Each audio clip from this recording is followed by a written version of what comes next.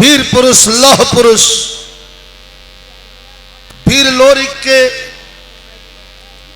अमिट निशानी के पास गोवर्धन पूजा समिति की ओर से शानदार कार्यक्रम बड़ा अच्छा लगा। हमारे कुल में ऐसे ऐसे पुरोधा हुए, शांति बना ले जा, मिजाज मन से खूब बढ़िया तनी बिरहा नी खराब नहीं हो, आना बिरहिया नी खराब होलन। आप लोग का मन मिजाज बढ़िया हो, सब बढ़िया हो। आप लोग का मन मिजाज बढ़िया ना हो तो कितनो बढ़िया कोई रही वो सब खराब हो। आप लोग अपन मन मिजाज बना ले। मास्टर तनी बजे कुछ तनी मिजाज बनावा।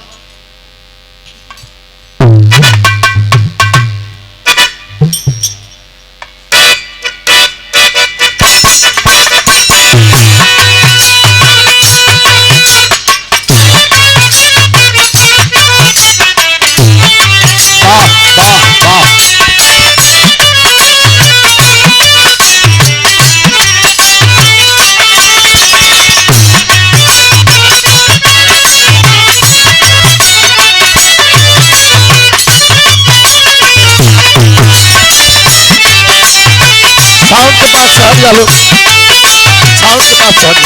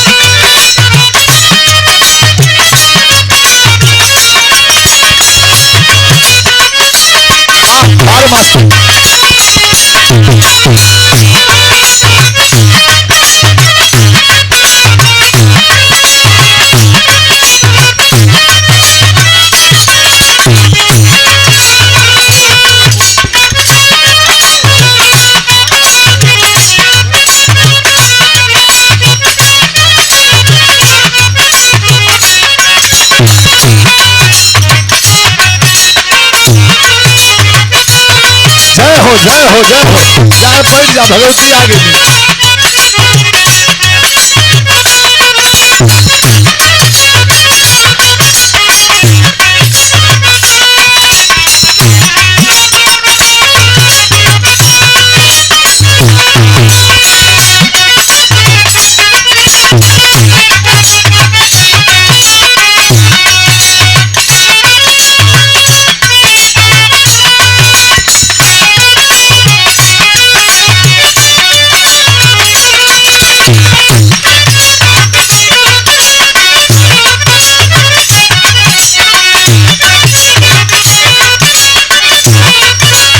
बैठ जाए, बैठ जा, जा जा बढ़िया से बैठ।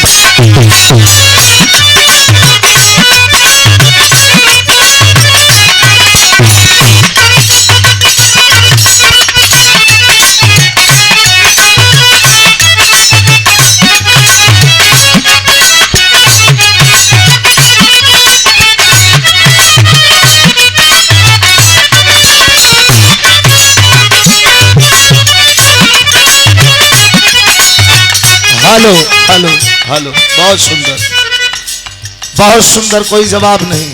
हर व्यवस्था मंच से लेके माइक तक, माइक से लेके महफिल तक, आयोजक से लेके गवैया तक, सारी व्यवस्था कहीं से कोई कमी नहीं। थोड़ा थोड़ा आप लोग साउंड उनके पास जो भाई खड़ा हो मैनेज कला।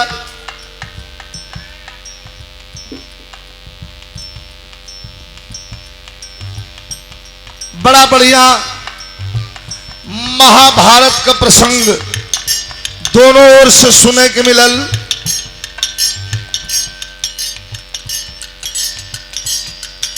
बीच बीच में इलाहाबादी लटका झटका कभी आनंद आप लोग लेते रहिलन। और जरूरी भी हो इंटरटेनमेंट, मनोरंजन। जकरे पास जवन हो ओके अगर न परोसी तो ही बेईमानी हो जाए। अच्छा लगा और ऐसा होना चाहिए। बड़ा अच्छा रहा, दोनों से महाभारत का विरहा हो गई।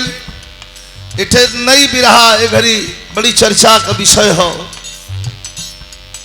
हर जगह गवात बाय 30 दिन में 30 दिन। और यहाँ ये ऐतिहासिक धरती पर अगर विरहा न गवाई तब बेईमानी हो जाएगी। तो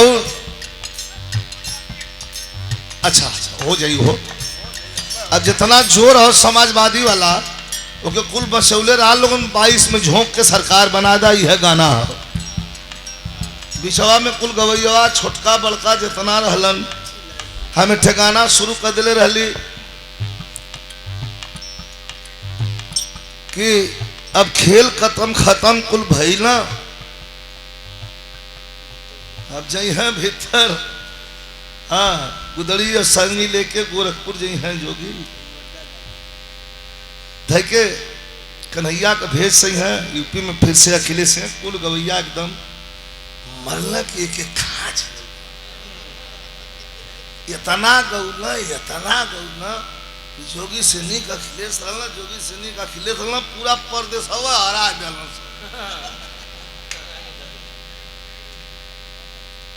मिले बदे गईली कार्यालय पर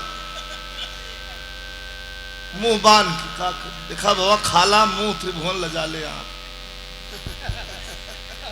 कुल काम ठीक है लेकिन तू सोना सुहानी पर प्रीति पाल पर जितना छटकत हुआ तनी रोका। और कुल कमवा पर सही और लोग कन्हौआ आवत था तो जैसे जना था कि एक खसीवा जैसे चिमूर जान वही तरह तू लगत हुआ चिमूर है तो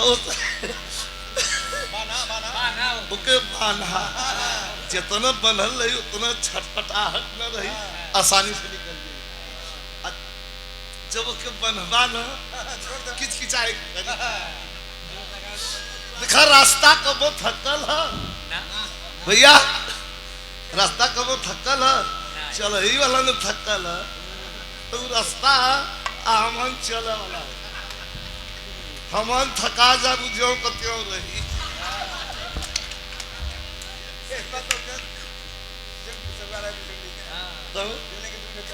हाँ ये में हमारे याद आ गए लड़का रहल अच्छा ढेर पढ़ले लिखले के बादों में बहू आ जात हूँ ओकर दिमागवा उलट गो।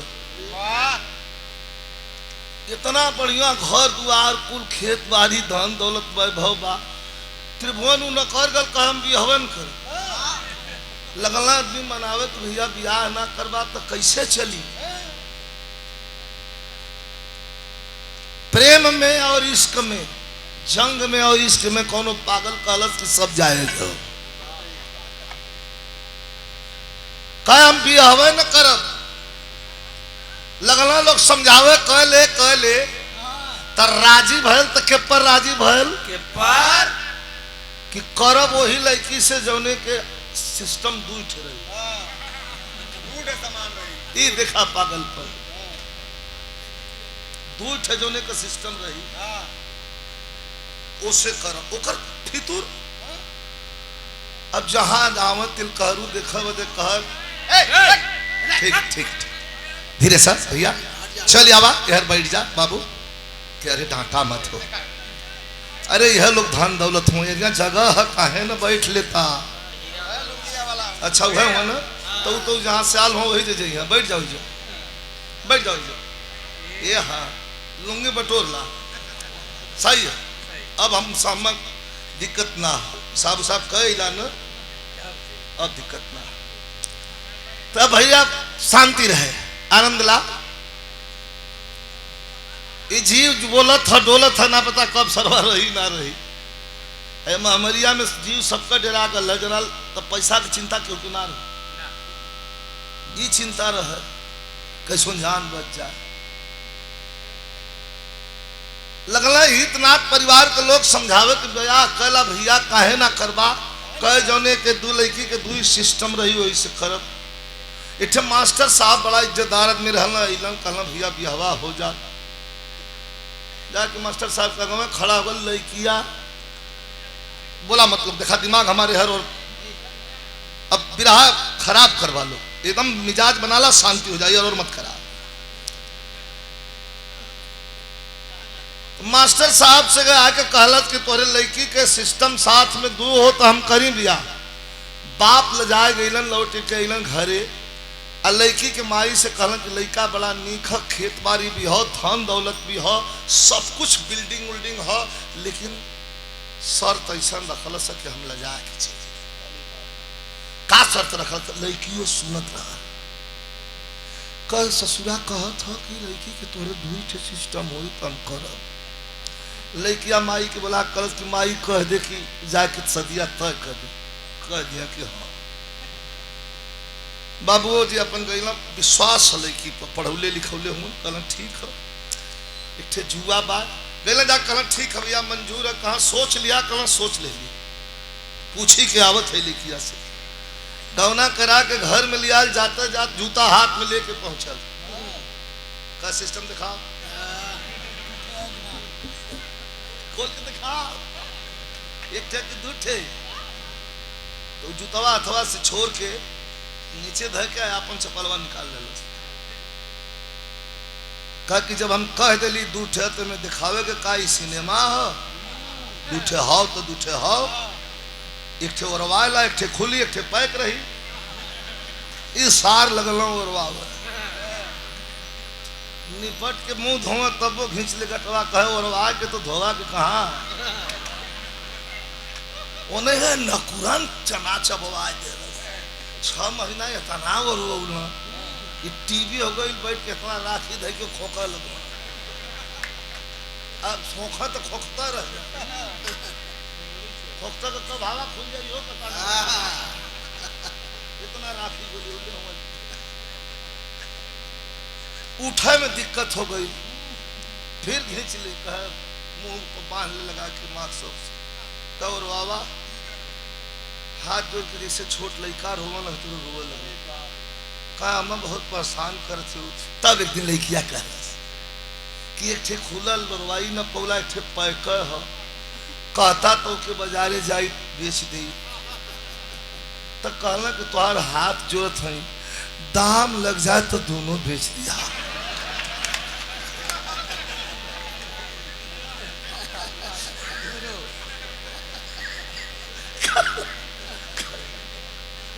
कल उचित दाम अगर लग जाए ये दोनों के निकाल जा, तो वह बात है, तो वह बात है। रस्तवे खियाला चलवैया थकाला, रास्ता खियात नहीं होता जो त्यों बा तनी मनी उभरी फोभरी गिट्टी पिटी तो लगा के सब फिर दबा देती रप रप वही तरह करत बा। आनंद ले जा, बड़ी सुंदर, बड़ा अच्छा, बड़ा 30 दिन में 30 दिन रोज गौते है। के कह दें कि ना गाई, नकर का आदत पुरानी हो ना हो। जे आज एक दरवाजे पर तब अच्छा खाली और लेला डायरी अच्छा लिखता। पहलवा तो कमलेश भैया बैठा के घाम में जैसे मोल कर जाए उसे रुपये मांग लेंगे, अब वो से पेट भर ना मांग, बिना मंगल ही आदमी गाज दिला का मंगल। प्यार भी बनल हो, सम्मान भी हो, तनी आनंद ले जाए नई बिरहा के तरफ लेके चलत हैं। बड़ा हम पसंदीदा हो, आप लोगों के बहुत पसंद आई। मास्टर कुछ कहल चाहत हो?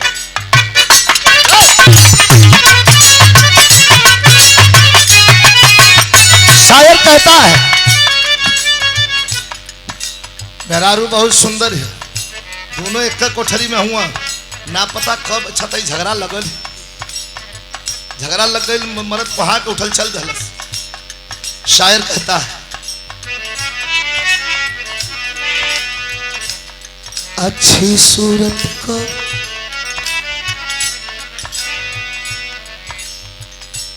अच्छी सूरत को संवरने की जरूरत क्या है, शायर कहता है कि अच्छी सूरत को संवरने की जरूरत क्या है, सादगी में भी कयामत की अदा होती है। जब ये करने जाती है, जब ये करने जाती है मस्जिद में अदा करने नवाज, तो इनको मालूम नहीं कितनों की कजा होती है। कहां जा रहे हैं जनाब? अरे अभी आईने की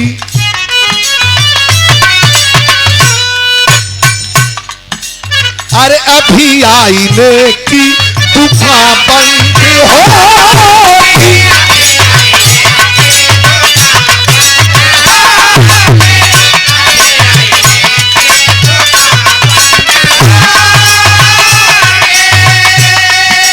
अरे अभी आईने की दुकान बंद होगी, लिए बिखरी चुल्ली अभी आई।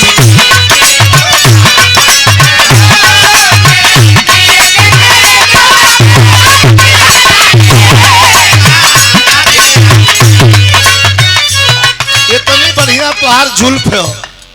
शायर कहता भैया बोलिए मत, इधर से डिस्टर्ब हो रहा है, इनके बुलावा गमछा वाली तरी सब वो हर कहाँ बोल रहे हो, शांत रहो।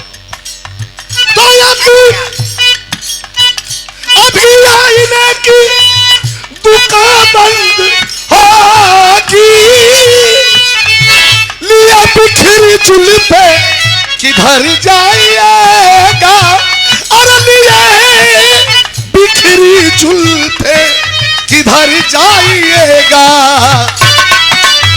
मेरा दिल, लाइन पर तवज्जो चाहूंगा, अभी आईने की दुकान बंद होगी, लिए बिखरी जुल्फे किधर जाइएगा। अरे जनाब मेरा दिल ही श्रृंगार घर आपका है, अरे मेरा दिल ही श्रृंगार घर आपका, अरे मेरे पास रहिए समझ जाइए।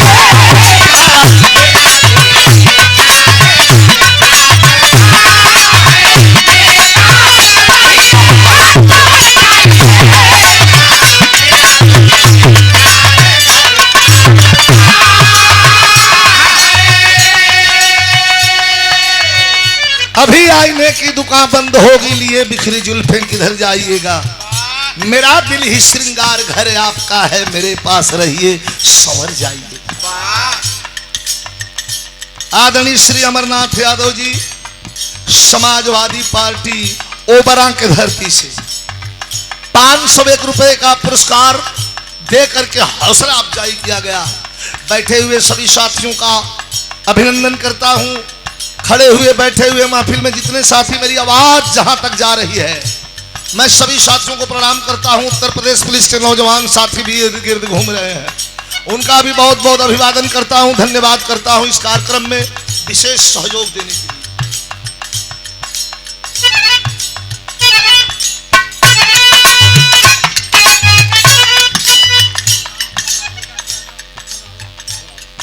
घोरावल के ऐतिहासिक धरती से हमारे बड़का भैया श्री राम विलास यादव जी, घोरावल के धरती से पुरस्कार 500 रुपया मिलल हो, प्यार मिलल हो। भैया के बहुत बहुत प्रणाम। कुछ कहत हो मास्टर?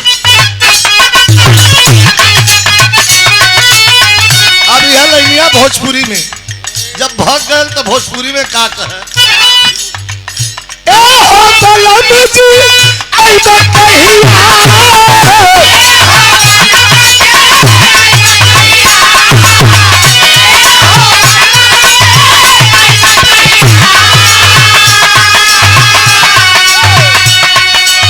देखा नाच या डांस थोड़ा मतलब हल्का फुल्का, जिसे दाल में नमक पड़ेला, तनी सो जला कुछ गवैया है के नया निकलल हुआ ऑर्केस्ट्रा में नाचत। अरे तनी मनी राम ओम दे गुरु भी थोड़ा सा हिल दे हिला दे। इनमें नाच डांस ना हो, एक्टिंग हो, थोड़ा सा देखिए। ए हो बलम जी आई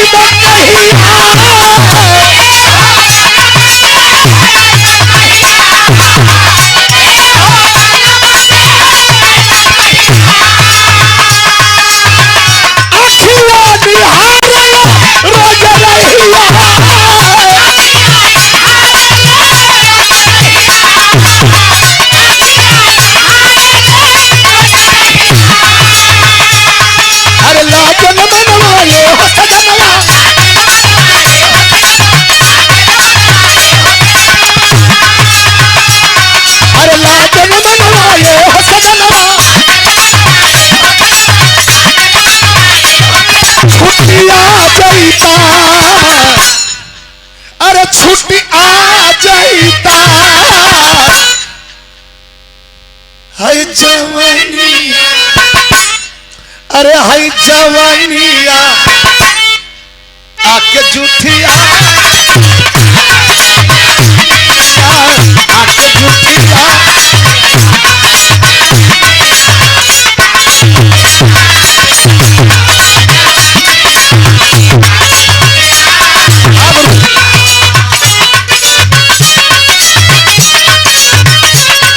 ले जा प्यार जरा सा, ले जा प्यार।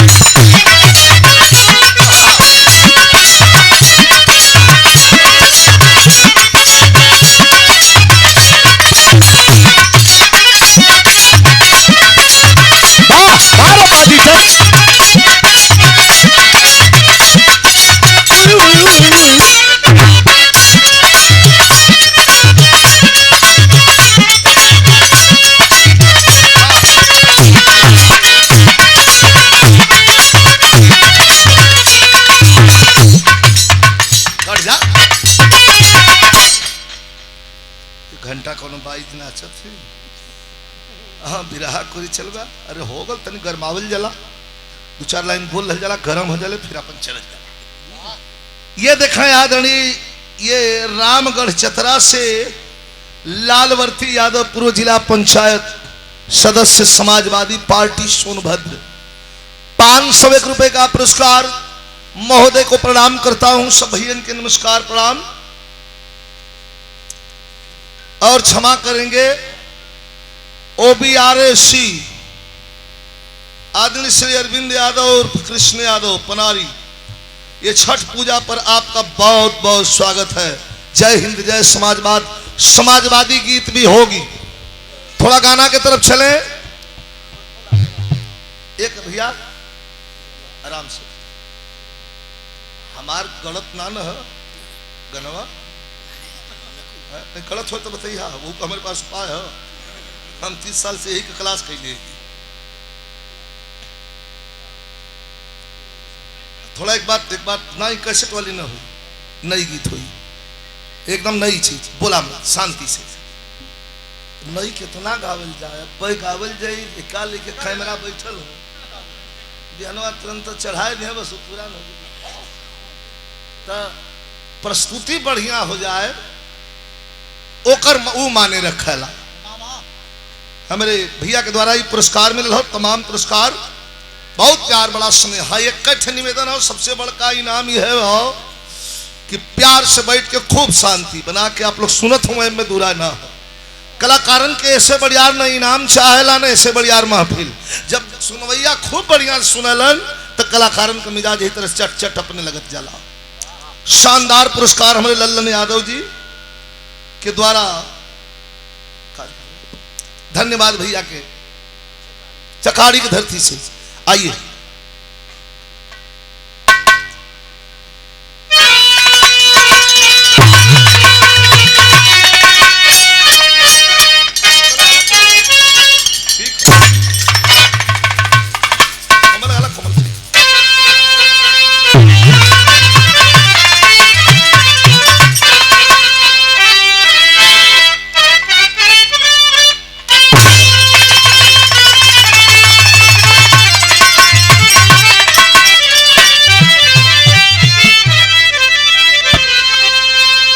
बड़ा दिन के बाद ये पहाड़ी में मौका मिलल हो।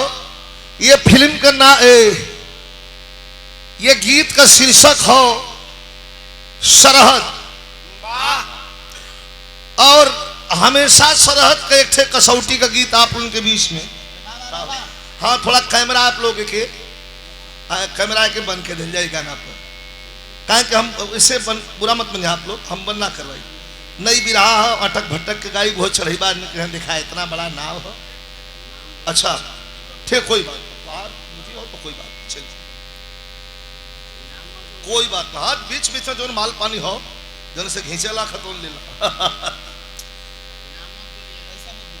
अच्छा, ये पुरस्कार प्रदान कैल गल हो हमारे रामचंद्र पूर्व विधायक, अच्छा भभुआ बिहार, उनके छोटे भाई लालता प्रसाद यादव हमारे बड़े मित्र हैं, अध्यक्ष प्रधान संघ नगवा सोनभद्र, हमारे बड़े मित्र हैं। रामचंद्र भैया घरेलू रिश्ता है और उनका अभिनंदन है, स्वागत है। तनी आनंद ले जा बा।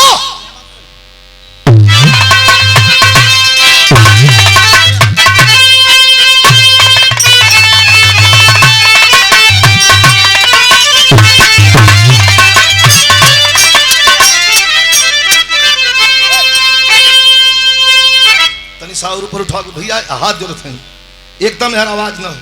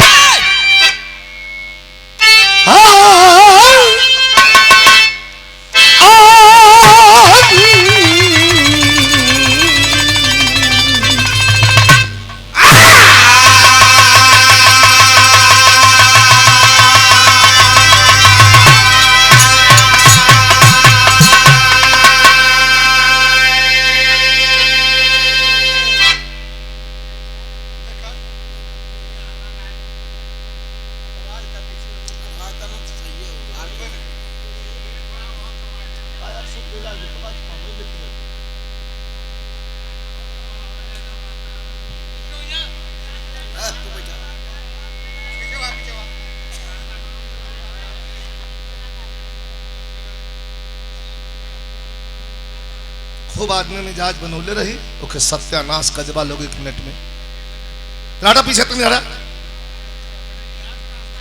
मतवाल राधा आवा नेता भैया आवा, चला छोड़ा खड़ा है के सुनता कहे ना, कोई मना ना हो, लेकिन मुंह से मत बोला लोगों, कोई बात हो तो इशारा से कहला। आवा एकदम शांति बना ला भैया, समझ ला कि आप लोग गावत हुआ।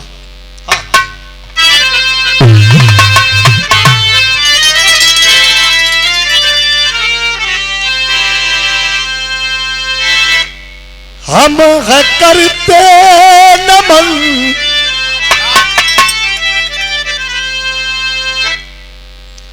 हम है करते नमन जिनका छूकर चरण, जो दहन या दफन भय वतन के लिए, भारती आरती गर्व से वारती, त्यागे अपना चमन जो वतन के लिए। बारे प्यारे लाल कभी कई सारा तो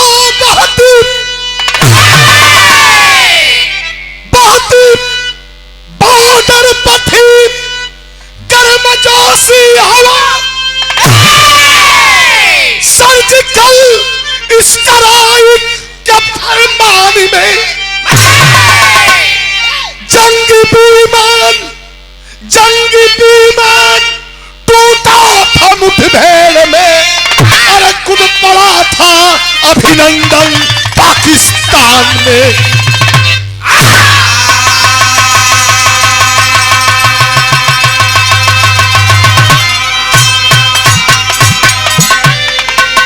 कहानी वहां से चली है।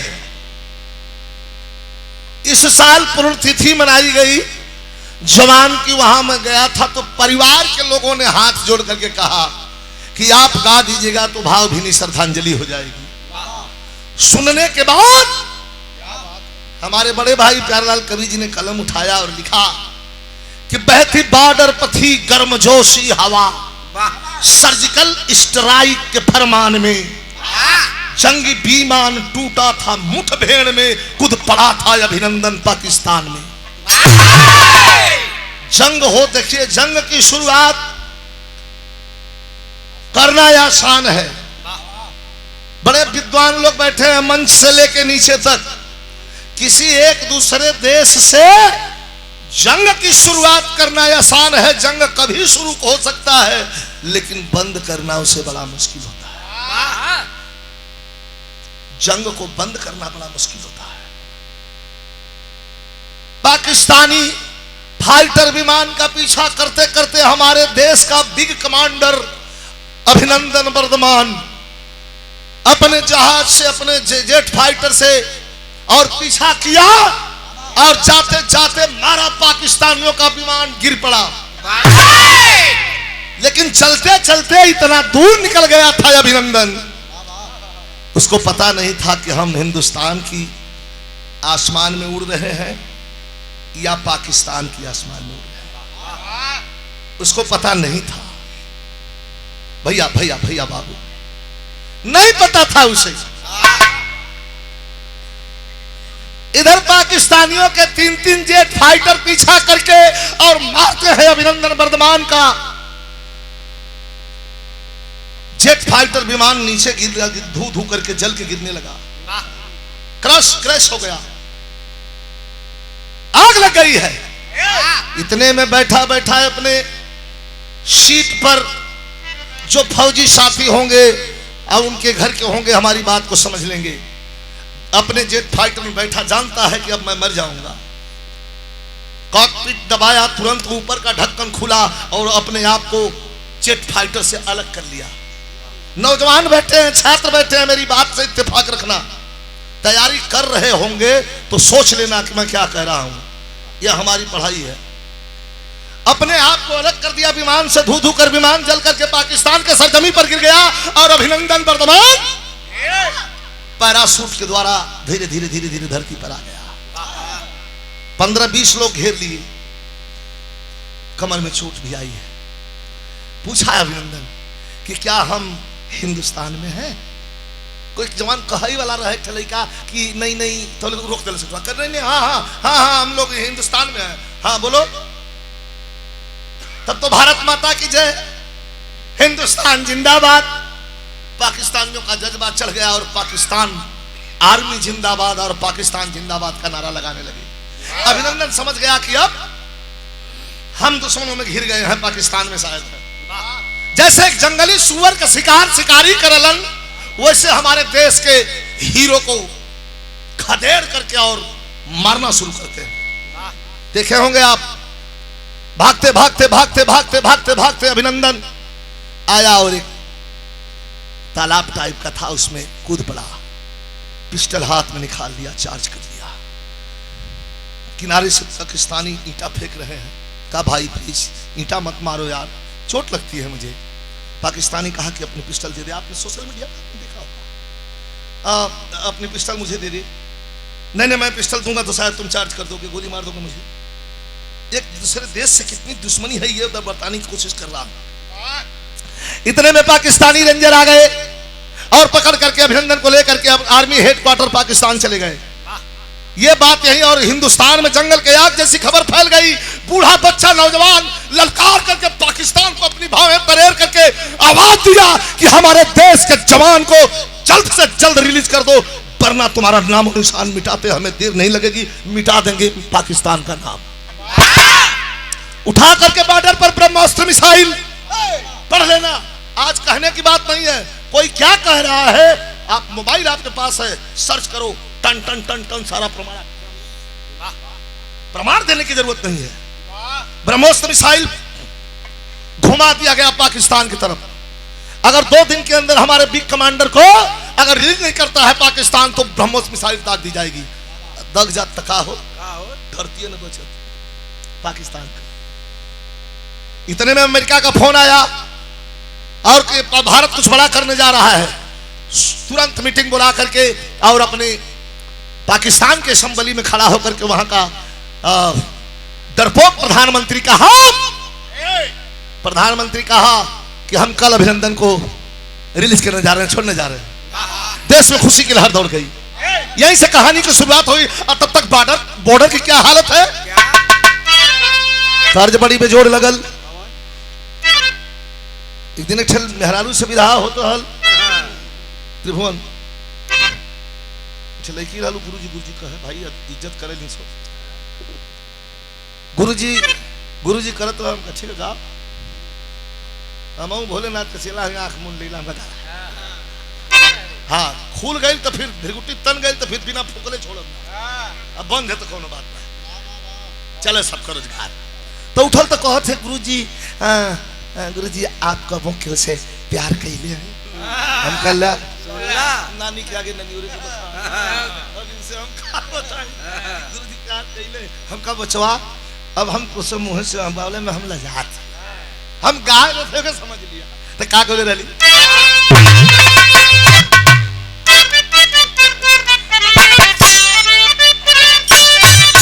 यह कल रहली ऐसा पहली अरे ऐसा पहली बार हुआ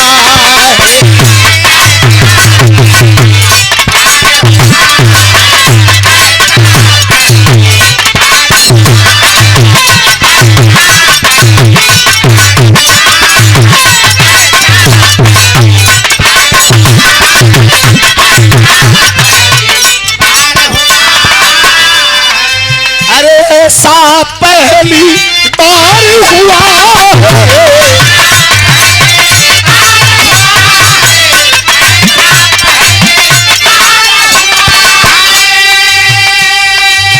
ऐसा पहली बार हुआ है। हमको किसी से प्यार हुआ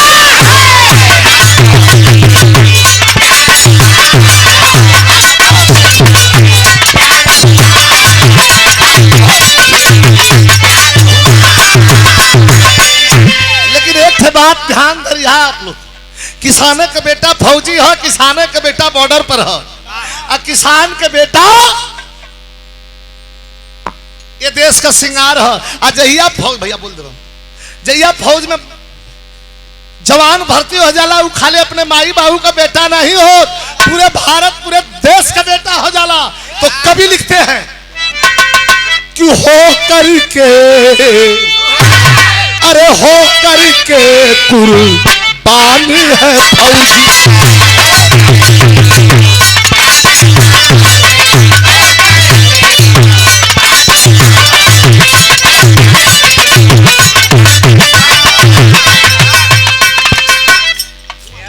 आगे बुतवा दो भैया तन से आगे बढ़ा लो के प्रॉब्लम नहीं हमके दिक्कत ना। आज तो हम गा ले सबका इज्जत समावे लिखले 3 दिसंबर तक मंच पर झूठ ना बोलो, माई साक्षी है। 3 दिसंबर तक त्रिभुवन रोज बिरहा यही तरह लग जाई, बस बैठ जा बंद हो जाई, आदमी का इज्जत चल जाई भैया, कई धुआं बंद हो जाए। ठीक है कुल जाने मत जा भैया बाबू ए आवा हो गल बंद करिया मनी है ना मनी है चला है मेरे दादा का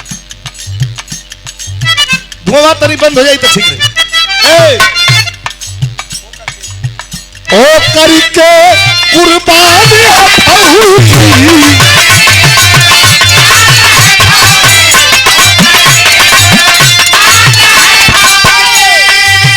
अरे ओ करके कुर्बान फौजी अरे रखता वतन की मान।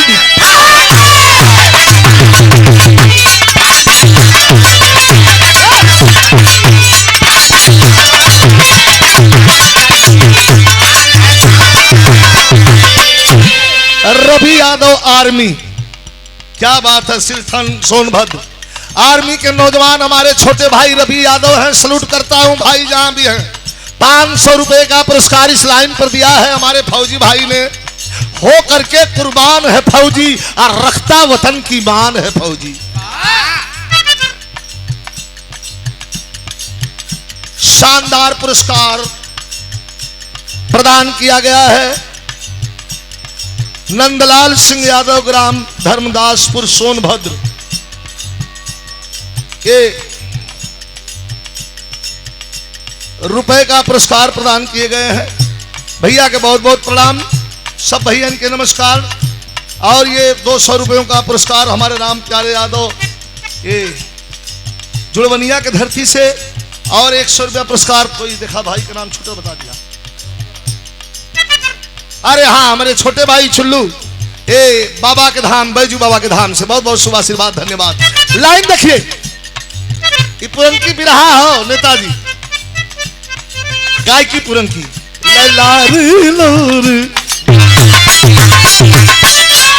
बारे प्यारे लाल कवि, सैनिक शान से सीमा पर लाइफ खोते हैं, सैनिक शान से सीमा पर लाइफ खोते हैं, मौत को सिरहाने तकिया बना के सोते हैं। लाइन देखिए फौजी के लिए, सैनिक शान से सीमा पर लाइफ खोते हैं, मौत को सिरहाने तकिया बना के सोते हैं। पैर के नीचे डर क्या, पैर के नीचे डर बारूदों के अंबारों का, कब आके डायनामाइट पैर में लगी या उड़ जाता। पैर के नीचे डर बारूदों के अंबारों का, सर के ऊपर आसमां से बम बौछारों का, सर से ऊपर आसमां से बम बौछारों। सामने से सीने में, सामने से सीने में गोली कब प्रवेश करे, सामने से सीने में गोली कब प्रवेश करे, पीठ के पीछे से सर कटने का भय पेश करे, पीठ के पीछे से सर कटने का भय पेश। इधर पाक में अभिनंदन, पाक में अभिनंदन, मूछों पताओ फिर हंसा, मूछों तो ऐसा ना ही है। पाक में अभिनंदन, मूछों पताओ फिर हंसा, ईदलों के हिंद में हिंद का दिलेर, ईदलों के झुंड में हिंद का दिलेर। पूरा हिंदुस्तान आग बबूला है, बूढ़ा बच्चा नौजवान हर कोई चाहता है कि हमारे बिग कमांडर को जल्दी रिलीज करो। तो इधर बॉर्डर से श्याम नारायण यादव फौल उठा, इधर बॉर्डर से श्याम नारायण यादव फौल उठा, छोड़ो अभिनंदन को दोष देवा।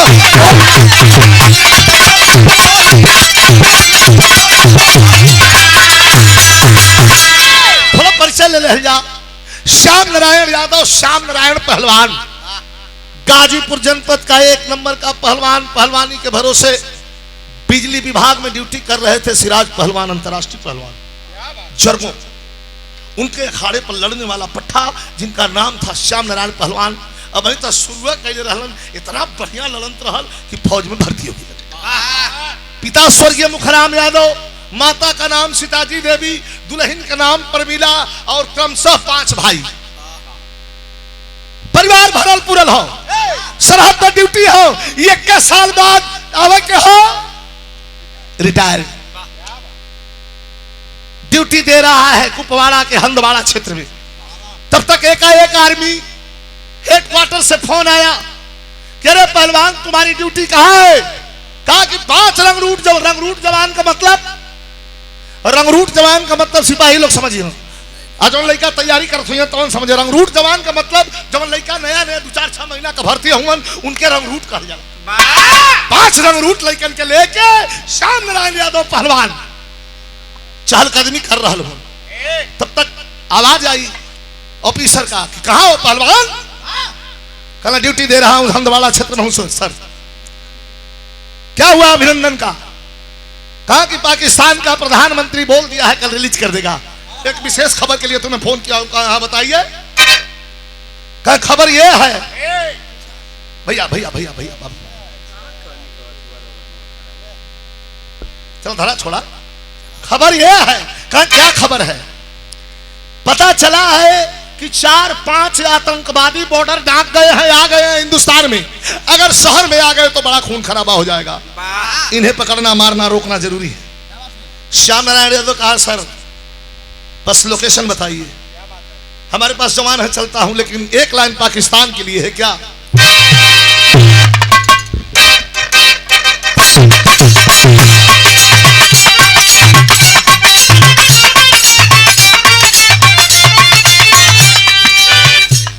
अरे पूछताछ कर दी है, कर लो हम है नहीं खिलाफ।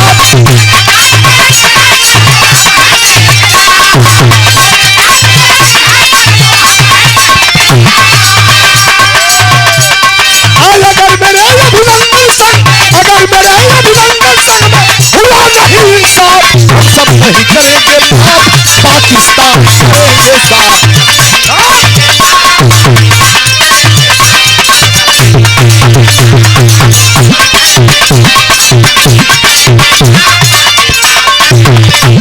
इधर देश के कोने कोने से अब धमकी मिली इमरान को,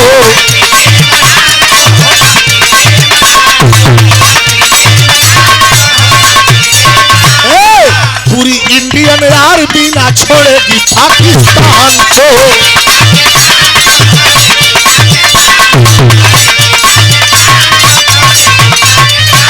अरे मिट्टी में हम लोग छोड़े कि ये तेरा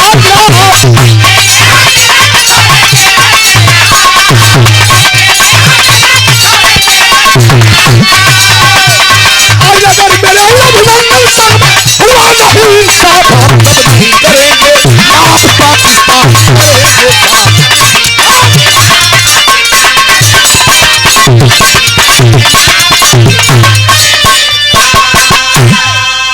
जवान की ड्यूटी लग गई। अब ये अभिनंदन वाला काम तमाम हो गया है, ये कल रिलीज हो जाएगा, छुड़ जाएगा। लेकिन जो 4-5 आतंकवादियों की आने की सूचना मिली है, इनको रोकना जरूरी है। श्याम नारायण पहलवान अपने नौजवानों को लेके आगे बढ़ने लगा। तभी रहा में तर्ज बड़ी बेजोड़ लगल, मेहरुआ समय बड़ा जुड़ के गावत है। कौन तर्ज है मास्टर?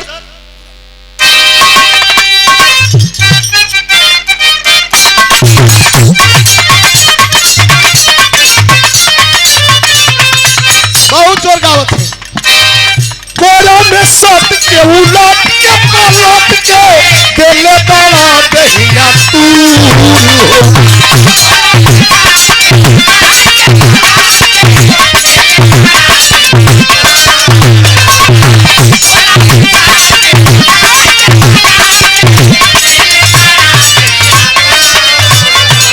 अरे बिजली के तार में भतारे घुरैला, मने मने कैला मजबूर।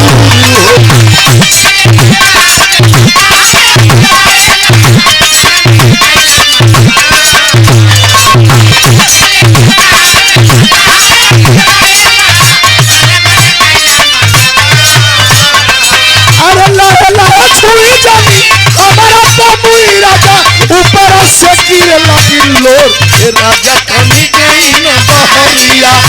अरे करेजा कनी गई न बहरी, अरे तू राजा कनी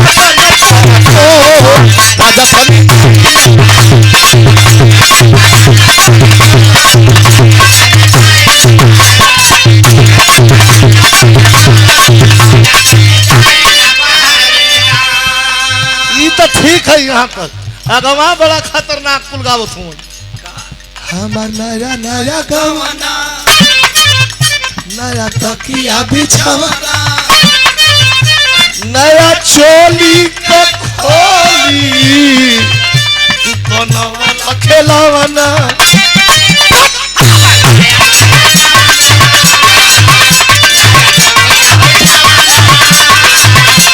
नया चोली के खोली,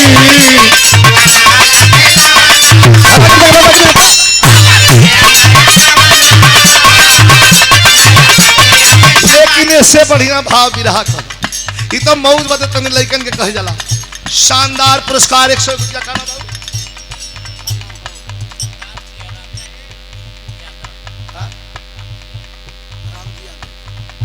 रामजी यादव पुरस्कार भैया दहलन श्री चरण यादव जी। अच्छा पुरस्कार प्रदान कलन तन से 60,000 आदमी हो पीछे।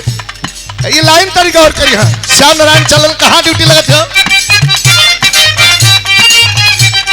अरे जंगल रे टोट के कपो न पीछे हट के फौजी जवानवा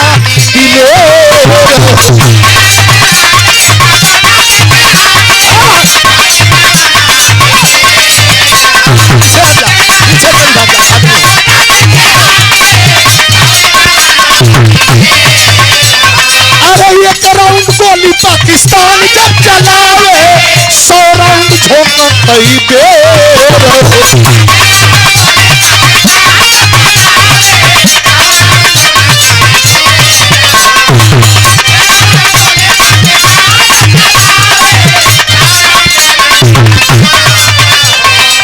कबो बमबारी होले कबो गोलाबारी होले दुश्मन मरल घेरी घेर।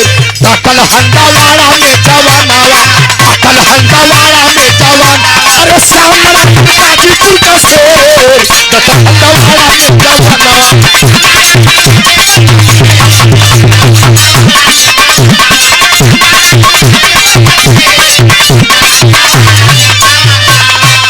चल दिया जवान।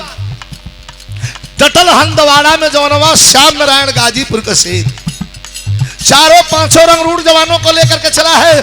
फिल्म जैसी स्टोरी चलेगी, गौर करिएगा। हमारे प्यारे कवि जी के बड़े दिन के बाद ये लेखनी है। पता चला है कि 4 दुश्मन संदिग्ध लोग दिखाई पड़े हैं। कहा देख 4 दुश्मनवा अबाड़ सौधले निशनवा। अरे बोला इनकलाब बोली कूदी पड़ल जवानवा। पीछे से जवान अटैक करते हैं। क्या करते हैं? तेरा नातू मार कइले अरे तेरा नातू मार कइले तलको नया बेर कइले। चारों तरफ से लहल ढेर कि काकल हंगावाड़ा में जवान। अरे सामने नारायण गाजीपुर का शेर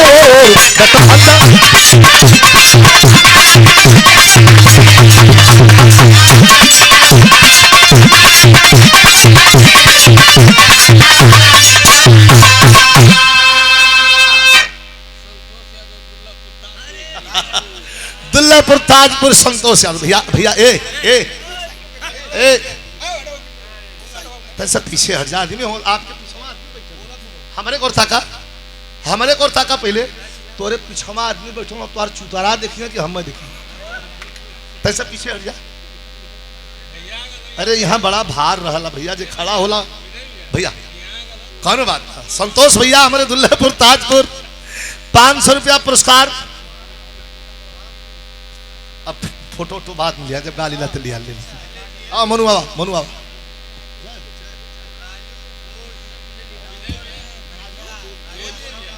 राजू बोझ नगर से ये पुरस्कार प्रदान कैलन है। ऐसे तमाम पुरस्कार बस धीरे धीरे भैया भैया भैया आराम से कोई का कष्ट न हो। तन से बैठा लाओ बाबू भेक बैठा लाओ। ये तन से पीछे हट बाबू को बचाओ में तकलीफ न हो बस। राधा हित नाथ हूँ। अब ताजपुर बतौलना हो तब संतोष यादव पहतिया इनके तिलक में भी कार्यक्रम भयल। बहुत बहुत धन्यवाद शुभ आशीर्वाद। तब कुछ प्रोडक्शन बढ़ल के वही तक चलत अब भाई सही ठीक है। अच्छा कोनो बात ना लेकिन अब थोड़ा सा हाथ उठ चलावा है। बहुत बहुत धन्यवाद सभी इनके प्रणाम। श्याम नारायण गाजीपुर का शेर डटल हंदवाड़ा में जवनवा। पीछे से दुश्मनों पर अटैक किया आवाज दे करके तड़ गोली चले लगल। और जब गोली चले लगल तो वो सबक भाव कुछ नाम सुना सरोजा अनुरागी विराह की बड़ी सुंदर गायिका सोनभद्र से सम्मान की है। रुपए का पुरस्कार हमें भी प्यारलाल कवि जी को बहुत बहुत एक बार जोरदार ताली से आप लोग सम्मान करें। हमारी बहन बेटियां अब मात्र चूल्हा चौका 1 मिनट मोनू 1 मिनट बाबू। हमारी बहन बेटियां मात्र चूल्हा चौका तक नहीं है। ये फख्र करने की बात है ये सृजन की जननी है, यही है तो हम आप पे धरती है और वजूद है, ब्रह्मा विष्णु शंकर है, ये नहीं है तो सब शून्य के बराबर है। और आज हमारी बहन बेटियां हर जगह भाग ले रही हैं, ये खुशी है। अंतरिक्ष की सैर भी कर रही हैं, सरहद पर दुश्मनों के सीने को भेद रही हैं गोलियों से, और हर क्षेत्र में ISPCS से लेकर के शिक्षिका के क्षेत्र में, हर क्षेत्र में, विराह के क्षेत्र में भी बहुत बहुत मैं धन्यवाद देता हूं आपको। तरक्की करें, आगे बढ़े।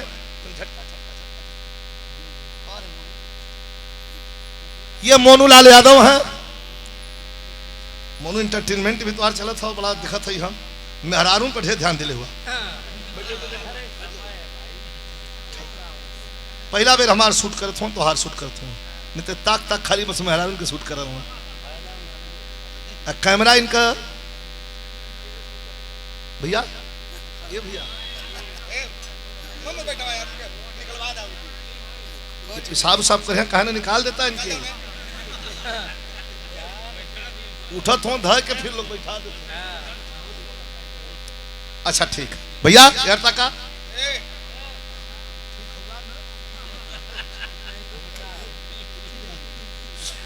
ये आवाज ना हो, बोला मत, बोला मत, बोला मत हमारे प्लीज। ये देखें हमारे राजवीर सिंह गुड्स कैरियर के मालिक एवं समाज सेवी विजय शंकर यादव जी, गोपालपुर मिर्जापुर, महारानी की धरती से 500 रुपया पुरस्कार भैया दे लेने। भैया के प्रणाम। मोनू एंटरटेनमेंट, मोनू बाबू हमारे शिष्य हैं, आपके द्वारा पुरस्कार। गोली तो चल लगल तनी देखा, विराह का ऐसा तर्ज हो कि विराह से खत्म ना भाई। पंधारी दादा से लेके हमारे फुद्दी दादा से लेके मिर्जापुर के गौया लोग उलन बड़ा जम के गीत के ई चौलरिया है, एक 3 रूप हो, एठे चौलरिया हो, एठे चौलर हो, एठे चौलरी। चौलरी है, चौलरी, चौलरी ना जनता जानाला कैसे गावल जाला, बात मत फालतू चौलरी होले तो ई चौलरिया है कैसे।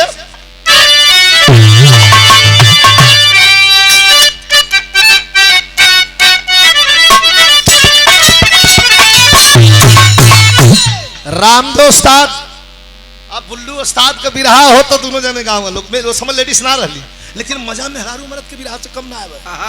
उस्ताद हमारे गाँव है,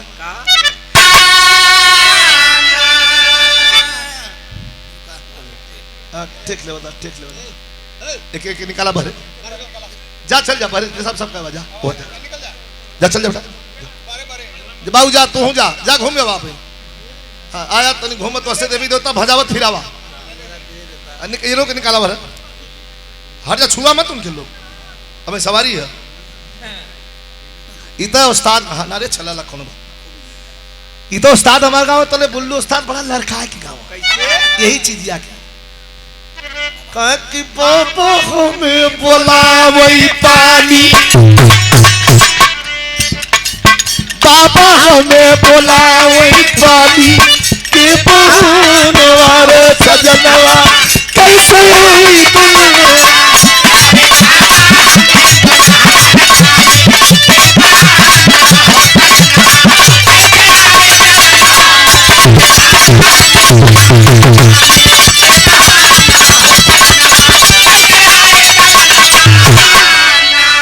रस का भाव हो।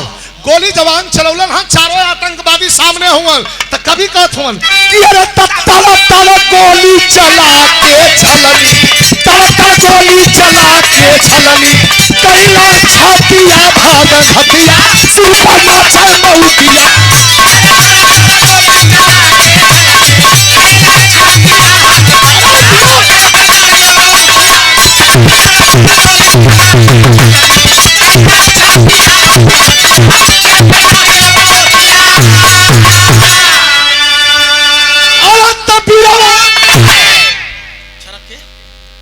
और ये शानदार पुरस्कार हमारे दशरथ यादव जी एडवोकेट साहब, ये सोनबरसा, अच्छा सोनबरसा नगमा समाजवादी पार्टी की ओर से ये पुरस्कार प्रदान कैलन है। और 200 रुपया पुरस्कार आदरणीय हमारे ओम प्रकाश प्रधान ये नगपुरा से पुरस्कार प्रदान कैलन है। भैया के प्रणाम बा। कैसे मास्टर?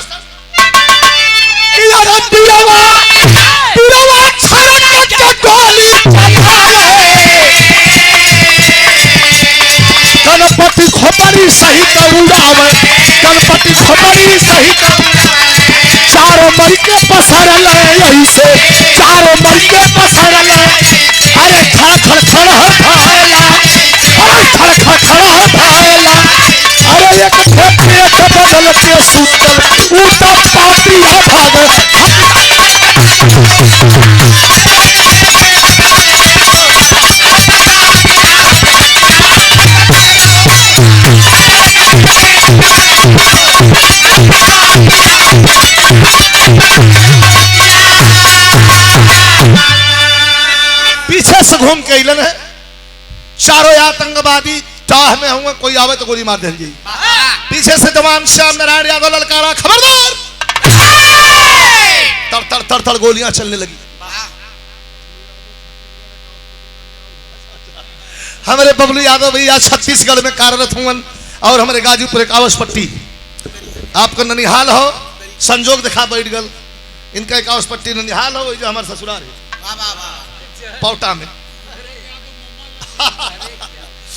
500 रुपया पुरस्कार कुल नाता गोता कुल सटल है। हिरन के जोड़े लग बात धरत धरत जोरत जोरत एकदम पूरा हो जाला। बहुत बहुत भैया के प्रणाम, बबलू भैया के। क्या बात है, छत्तीसगढ़ बालू भी लदवावलन। आप ठीक हो तो हम थोड़ी देर में नंबर भी बोल देते हैं, हमारा नाम बता दीजिए को लदवा दिया। बहुत बहुत प्रणाम हो।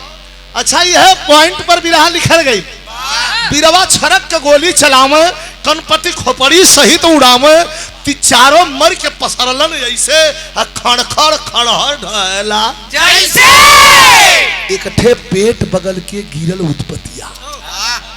3 मिलन की गोली लगल, 3 ठे तो शहीद हो गई आतंकवादिया, लेकिन एक ठे जौन रहल वो मुँहे के बगल गिरल। श्याम नारायण यादव कहलन कि यार ये मर गया है कि जिंदा है। देखे जौन नया लड़का रंगरूट है, हाली हाली जाए लगल कि सर मैं देखता हूँ, कहाँ रुक रुक रुक रुक तोर बियाह भयल है? कौन नहीं सर, अब लड़की देखल जाते। कल तोरे उम्र का हमारा लड़का है, तजुर्बा तोरे कम भा, हमके जाए दी। बारिश श्याम नारायण आगे बढ़े और आगे बढ़े तो ऐसे पैर करके और आतंकवादिया के पलटत हो के देखी तो जियत है कि मरल हो। यही जो कहानी में भाव हो। यहाँ तर्ज बड़ी बेजोड़ लगल। उस्ताद हमारे गाँव में लोग के गजल बना के भी गाँव है, लेकिन उस्ताद कैसे गाँव है?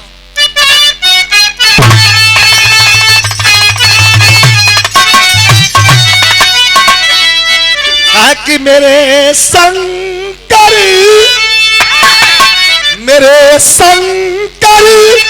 के डमरूसी, मेरे शंकर के डमरूसी दमक दम दम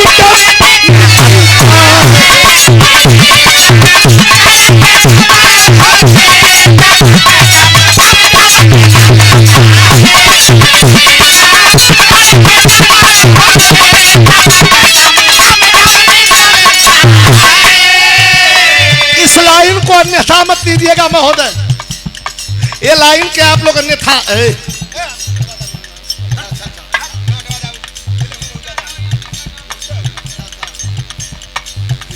बोला मत ज्यादा यार। हाँ चला ठीक है भैया, ठीक है। कभी कभी हाँ ये लाइन के देखा दिया इस देश, अरे दिया इस देश पर सबसे, अरे दिया इस देश पर सबसे अधिक बलिदान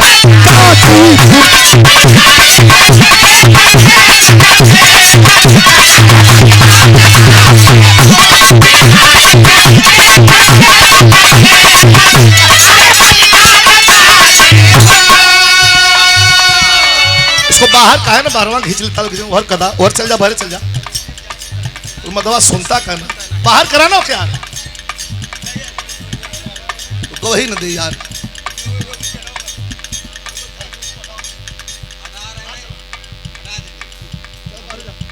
जा और बारे बैठा जा।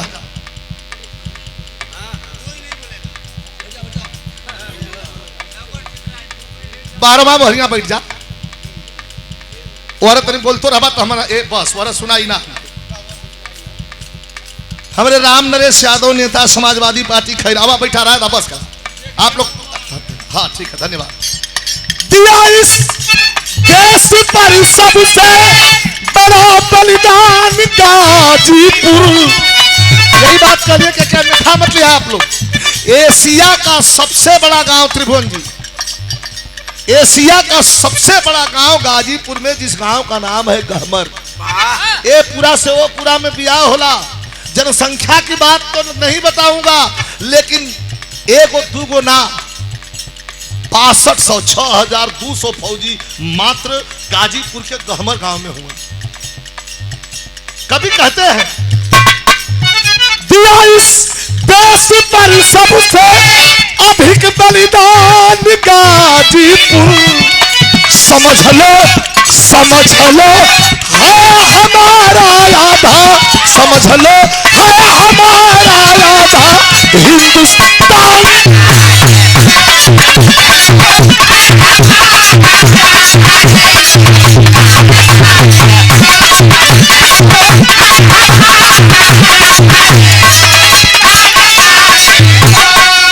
राम नरेश यादव, नेता समाजवादी पार्टी खैराही सोनभद्र, पुरस्कार प्रदान किया गया। और ये 500 रुपयों का पुरस्कार श्री रमेश कुमार यादव एडवोकेट साहब, नई बाजार सोनभद्र के ऐतिहासिक धरती से शहीद के सम्मान में ये पुरस्कार आ रहे हैं। मैं प्रणाम करता हूं। रुका हो तो आगे बढ़ना।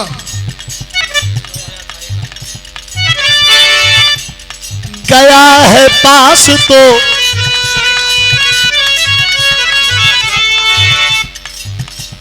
पोजीशन का सोया है ये कला टंकी, बहाना मौत का लेकर सोया है एक आतंकी, बहाना मौत का लेकर, वतन के नाम और वतन के नाम पर फिर कर गया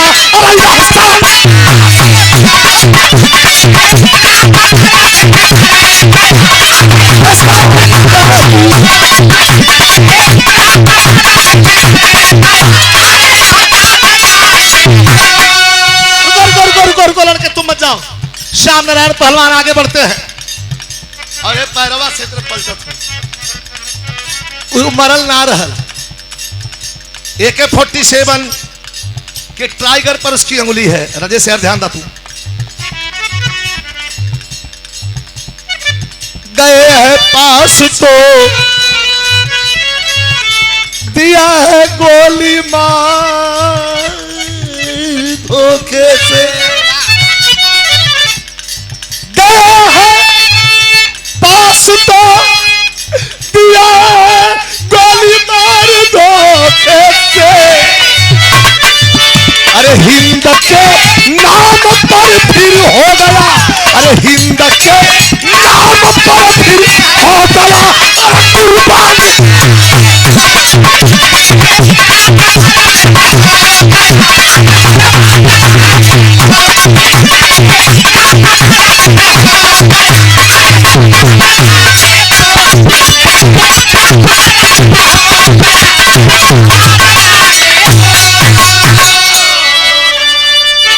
पहलवान रोक देना लड़कन के, बारे श्याम नारायण यादव रोक के आगे बढ़ना रे। तो लड़का हमारे रुका रे, यही तरह पैरवा से वो सुतलका आतंकवादिया के उलटलना, इहो मर गया कि जिया था।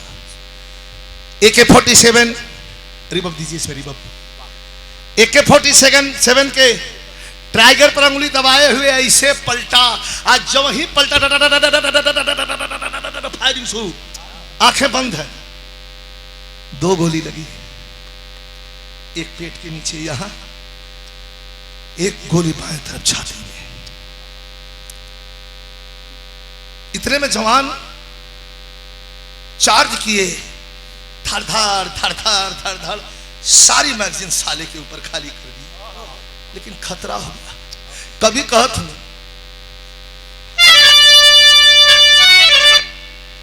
तन को ना दर्द आई,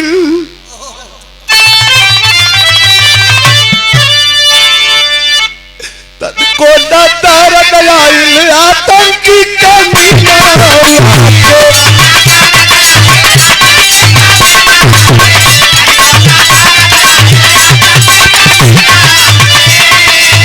एक गोली पेट रही, एक गोली सीना वाले।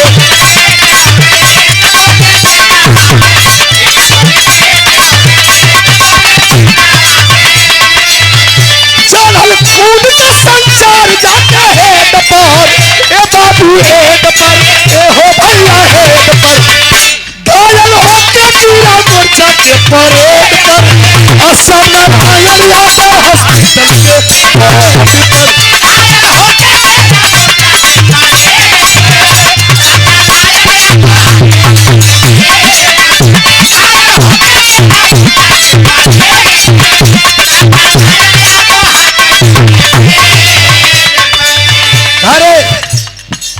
कभी का फोन का घरे फोन आई, अरे घरे फोन आई रात के समय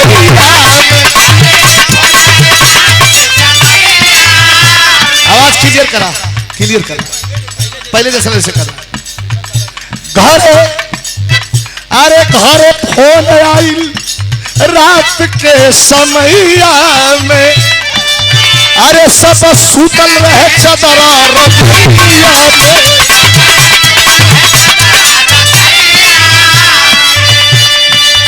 हेलो बोले अधिकारी जवाब देली नारी, ई फोन कैसन आई अभी रात के, काहे ना तू बोलतावा ई मुंह खोलतावा, कुछ राज बाटे बाबू तोहरा बात में।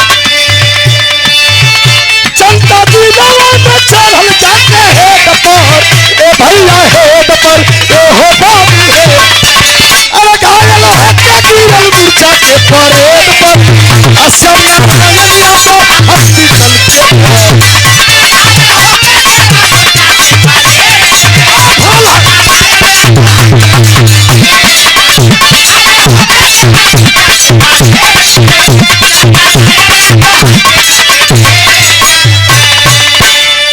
बड़ा बेटा चल दिया। प्रविंद दिल्ली पहुंच करके अधिकारियों से बात किया, सर कहां आऊं? अधिकारी कहा कि वहीं दिल्ली रुक जाओ, विशेष है।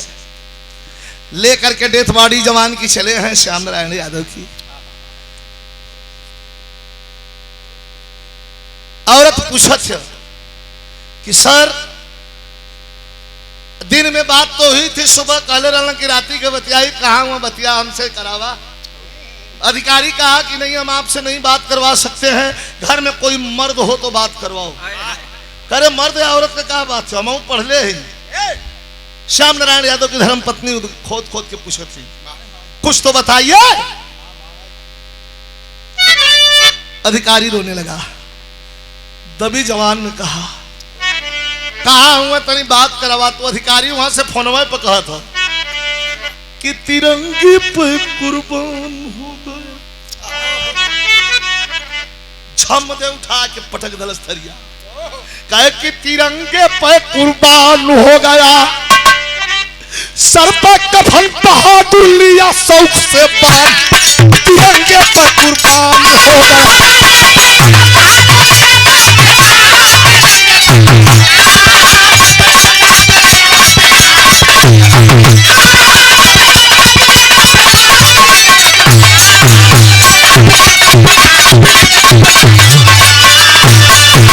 कवि जी सर पर कफन बहादुर लिया शौक से बान, तिरंगे पे कुर्बान हो गया। वर्दी में छटकने वाला आज,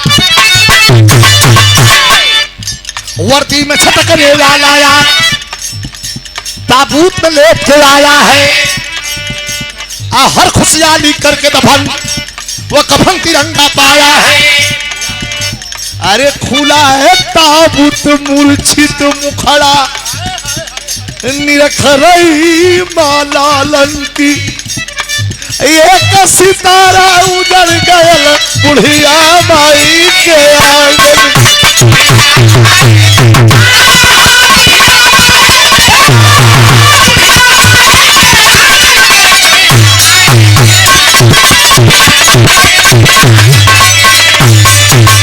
महफिल में जितना भैया बैठल हुन, क्यों ऐसा ना है जे बिना माई कहो। माई पर बहुत बहुत गीत फिल्म में भी आयल। एक गीत हम गौले रहली, तुम कौन सी है अमृत का धार केहू केतनो पियाई, एगो माई बिना कैसे करे जवा जुड़ाई, ये भाई एगो माई बिना। माई का है दुनिया में केहू भगवान के देखले हो ना न, लेकिन भगवान के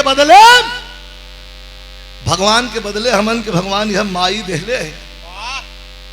माई के लिए आके बैठा दे गल, ताबूत खोल दे गल, वर्दी पहने मोहतरे खड़ी खड़ी मोच लगा था, आंख खुल जाई तो बोल दिया अब श्याम नारायण पहलवान। और दुनिया का सबसे वजनदार बोझा है वृद्ध पिता और माता के कंधे पर जवान बेटे की लाश। माई के जब ही ताबूत खुलल और बेटे के मुखमंडल को देख करके रो रही है और कह रही है क्या मास्टर? आदरणीय श्री कामता प्रसाद यादव एडवोकेट साहब, जनपद एवं सत्र न्यायालय सोनभद्र अधिवक्ता, आपके द्वारा ये पुरस्कार महोदय को, भैया बोले मैं पीछे प्रणाम करता हूं, सभी इनके प्रणाम बा। माई जब ऐलिन है और ताबूत में लेटे हुए जब अपने बेटे पहलवान श्याम नारायण यादव को देखती है तो मां की जिज्ञासा को कागज पर कवि ने लिखा है। और बहुत सुंदर कलाकार हमारे शिष्य हैं नौगढ़ बोदलपुर के धरती से, बहुत अच्छे कलाकार मुन्नू यादव जी के द्वारा, धन्यवाद भैया के। लेकिन कैसे कहे,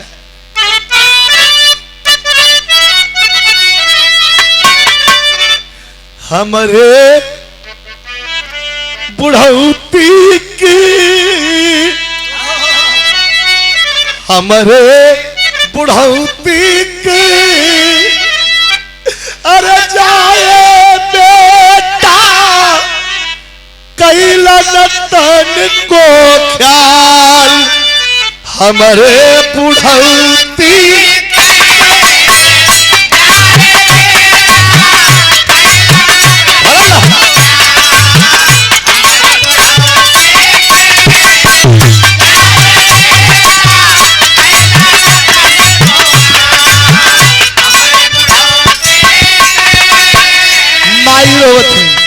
जर जर ठटरी छोड़ के तोहरो बाबू धोखा कैले, अरे धोखेबाज का बेटा तू धोखाबाज होई गईला कि हमारे बुढ़ौती के,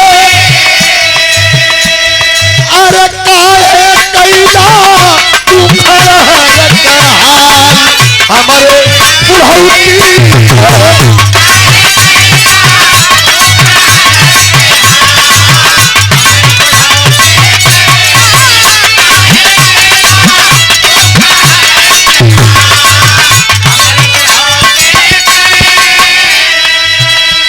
जेकरे कोख में एक लक्ष्मी चर चर गोते हलाए हीरा, और कवने गोसैया कवने कुनहिया हम गोसैया अब हलाए सन पीरा की हमारे बुढ़ौती के, अरे फूक दलो गावा तेल पीरा आसनदार हमारे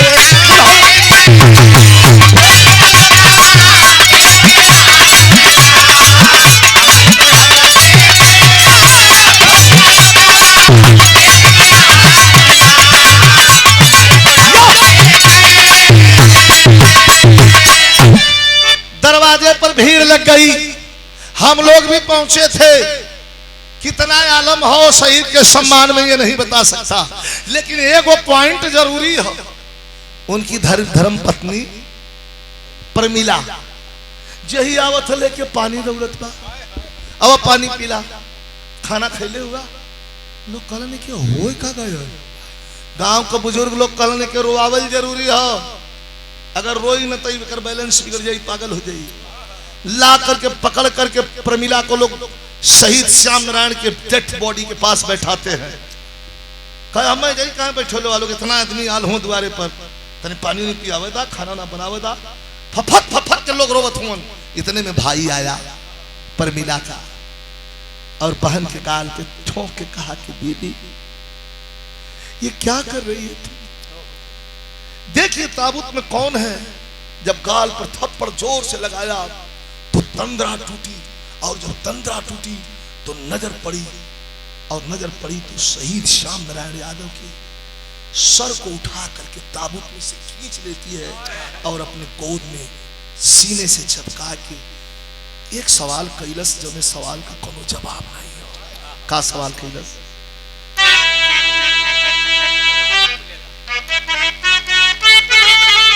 रोवत बाई गोदी में चपकौले हो कि दुल्हा बन के ले आला, दुल्हा बन के ले आला, सात फेरा ई का कैला हो, असंगव तोहके राखब तीनों डेरा ई का कैला हो। गोद में छपौले कहता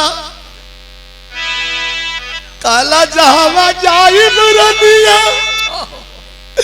तो के लेके जाइब हो, धर्म कर्म सतकर्म का रिश्ता जीवन भर निभाइब हो, हसब रहिबा संगम तीनों बेरा वादा कैला हो, आ सच्चा मर्द तू हवा बड़ा गिलेरा वादा कैला हो। कई धोखाबाजी हो, गोद में से सर छोड़ने को तैयार नहीं है, कहे हम वादा कैले रहला बियाह के मंडप में कि जहां जहां जाई तो संगवे लेके जाई, वो मंत्रोच्चार भुला गिला का जैसे गंगा जमुनी तर धारा अचल रहे यही बात तुम्हारा।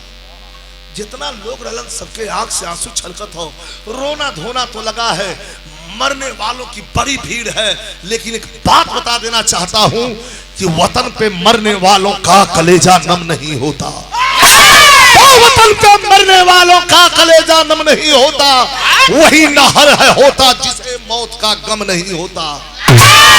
मर जाना अलग बात है, शानदार आदमी जिंदगी में एक बार पैदा होता है और एक ही बार मर जाता है, वैसे मरने वालों की भीड़ लगी है जिनके मौत का कोई रहस्य और मतलब नहीं है।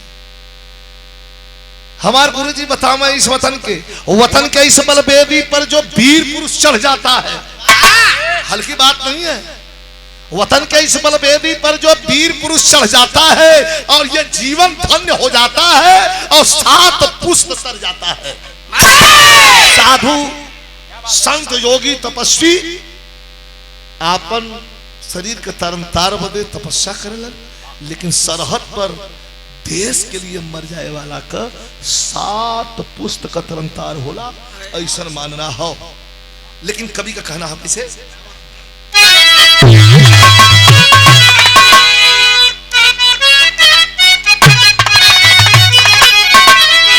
कि देश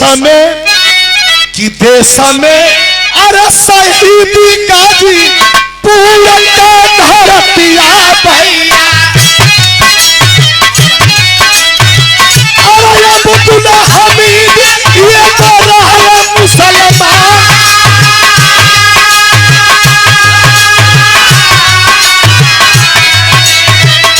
ऊपर उठ के जात पात से कमला कुल कैले भैया,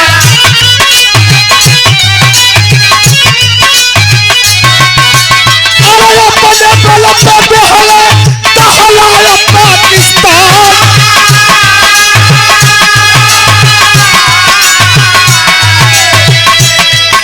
अरे तो हसनपुर से उठल तब पहलवान वाली नसिया,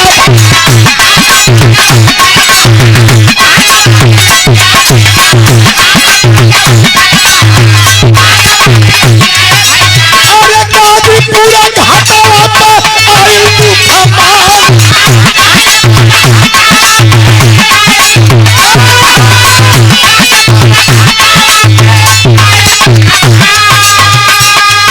अरे तिरंगा का भेद तब फौजी चढ़ौला,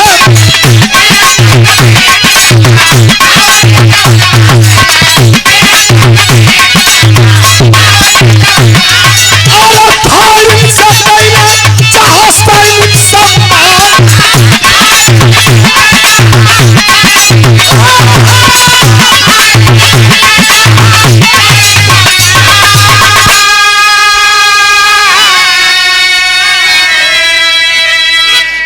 तिरंगे झंडे में लपेट करके के सुपुर्दे खाक कर दिया गया। सुपुर्दे खाक अर्थात हमारे के हिंदुस्तान में, हिंदू धर्म में, सनातन धर्म में ब्रह्म विलीन, पंच तत्व में विलीन हो गया। लोग लौट के घरे, लौट के घरे लन तो वह प्रमिला, भैया आखिरी लाइन, एक आखिरी लाइन बड़ी सुंदर लाइन, वह प्रमिला शानदार फोटो रहा श्याम नारायण पहलवान का। फोटो निकाल के नीचे रख के एक चीज हाथ में ले ले हो कि हम गाई के बता देते हैं, इसे न बताइए। वो चीज के हाथ में लेके और वही फोटो के सामने रख के एक प्रश्न खेले हो। का प्रश्न?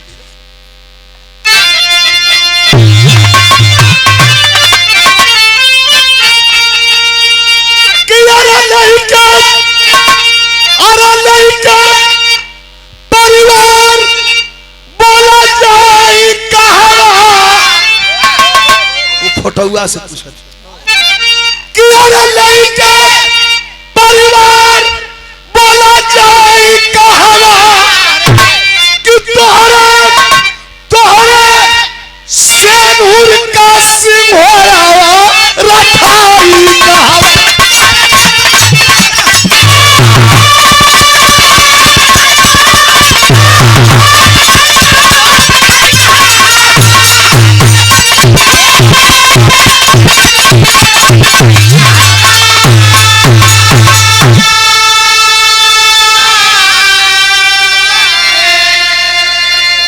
आदरणीय हमारे परमेश्वर यादव जी प्रधान जी छापा महीना मरले ही बढ़िया खेला। छापा के बाद अगर छापा मार दिले इतना गा पाई, कहे कि हमार ये लोग तो छापा मरले के बाद कुछ धुन न गा ले, लड़की अकेली सन्नो, इन लोग का इलाहाबादी लहजा अलग हो, हमार बनारस के लहजा हो कि जब छापा लग गल गुरु को तेरे बाद कुछ साले फिर और वाले को पा जाए। अब हम छापा ना मरले ही आके आप बता दें कि दुलाइन समाजवादी की तो बेमानी हइयो हो कि हम पूर्व राज्य मंत्री, स्टार प्रचारक और पार्टी के लिए रात दिन चला वाला आदमी, ये पहली भी रहा जहां हम समाजवादी की आप दो-चार लाइन हो जाना। अच्छा ठीक है, छोड़ा आप लोग देवता हुआ। ये हमारे परमेश्वर यादव प्रधान जी जो अध्यक्ष हुए, बड़ा आप लोग सम्मान करें। नेता भैया मजा दोनों लेत हुआ, तो जाग के भी लेत हुआ, सोच के भी लेत हुआ, ले घला जैसे जैसे मन कर। पर्दा उतार के कहा जा, कोनो धुन बजा दा, तनी लोगों में जोश भर दा, अयदा पारी भयवा। ये बिरहा के 30 साल के कार्यकाल में कपत वालों से कुछ मंगली ना, रुपया बिना मंगल ही देहला लोग, मंगबो के लिए तब्बो देहला लोग, लेकिन हाथ जोड़ के एक चीज जरूर कहत हैं कि वो बुरा मत मानिए। जवान भी परेशान है, किसान भी परेशान है, पूरा जनमानस परेशान है।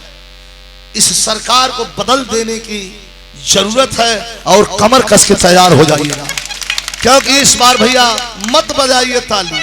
हम इतना दिल में दुख है, इतना दिल में दुख है, अपने लिए नहीं कह रहा हूं। एक बार नजर बंद करके माननीय अखिलेश यादव जी के किए हुए कार्य शैली को बस देख लीजिए, जाइए बैकग्राउंड में देख लीजिए किए हुए उनके कार्य शैली को, चीलम वाले बाबा की कार्य शैली को देख लीजिए, आपका मन व्यग्रता से भर जाएगा। हमारी बेटियां रो रही हैं जिनको 30,000 रुपया मिल जाता था इंटरमीडिएट पास करने के बाद। कहां गया वो दिन जो गरीब का बेटा कभी लैपटॉप की सबका ख्वाब भी नहीं देखा था। माननीय राष्ट्रीय अध्यक्ष जी ने लैपटॉप दे करके जवानों में जज्बा भर दिया कि पढ़ो पढ़ो और आगे बढ़ो। आज क्या मिल रहा है? आज क्या मिला था? 96 रुपया का अनाज और में 115 रुपया का झोरा।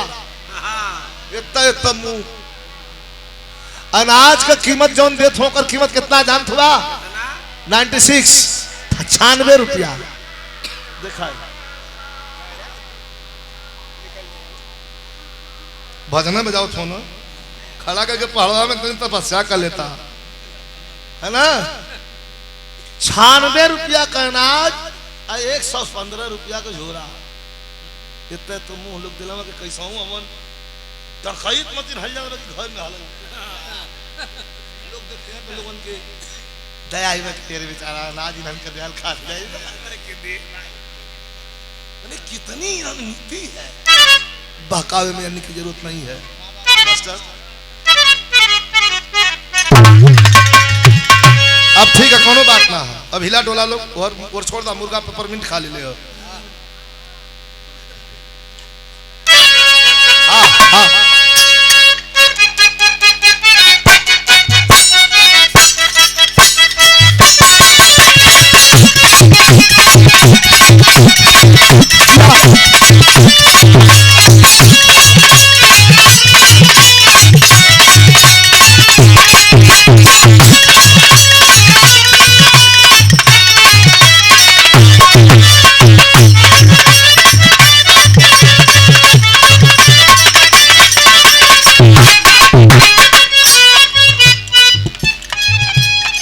गरीब वायरल भलो माननीय राष्ट्रीय अध्यक्ष जी के इशारा पर यह गीत के गौले रही बड़ा गली वायरल भलो चलत खूब है नेता भैया कहा हूं सुना और कसर कोई नहीं है शंका ना ना मुड़िया हिलावा लो ना और कसर कोई नहीं है शंका अब तो बचा तरफा डंका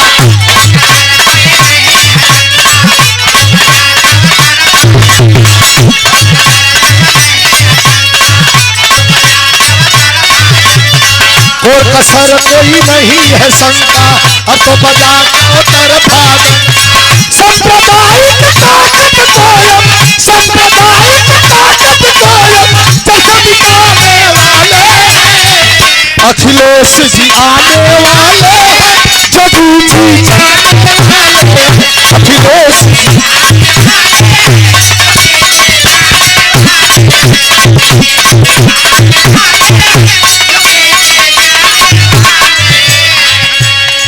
सांप्रदायिक ताकत कायम सांप्रदायिक ताकत कायम जग मिटाने वाले अखिलेश जी आने वाले हैं जो भी आने वाले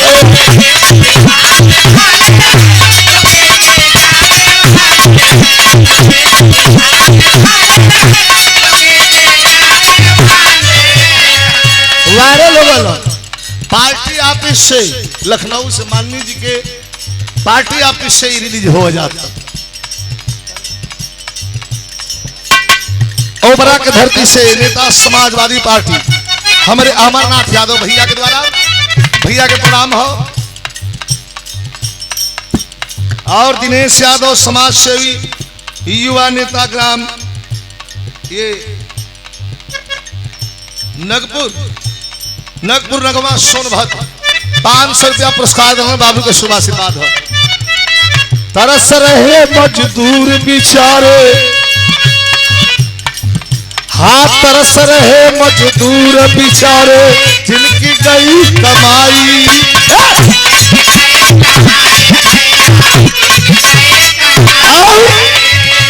अच्छा ये तो ठीक है मुंह करने वाला छीन लिया है अरे मुंह करने वाला छीन लिया है कमर तोड़ महंगाई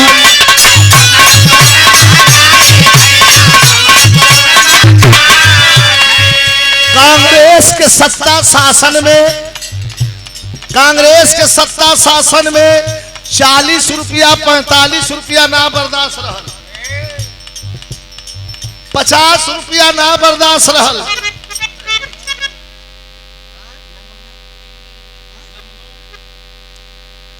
बताऊ रे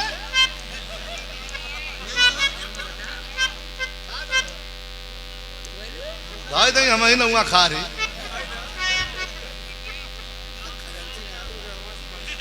गढ़वा हमारे बलिता समिति हमारे बड़का भैया हरपत यादव जी बड़ा प्यार स्नेह आप लोगों का हमेशा मिलल हो 10-20 मैदान प्रोग्राम पुरस्कार दहन दिखाई बचवा के द्वारा है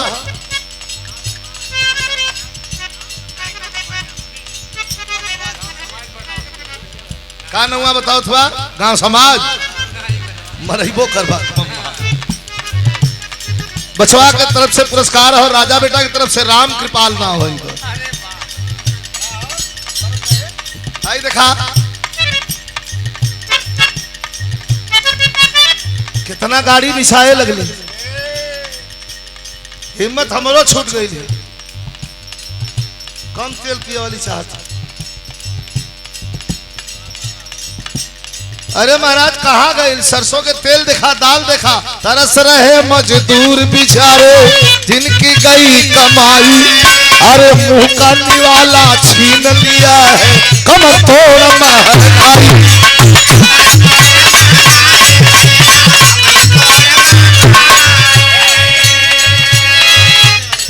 हर जख्मों पर मरहम, हर जख्मों पर मरहम भैया ही लगाने वाले जो भी है। अरे हर जख्मों पर मरहम भैया ही लगाने वाले अखिलेश आने वाले जो भी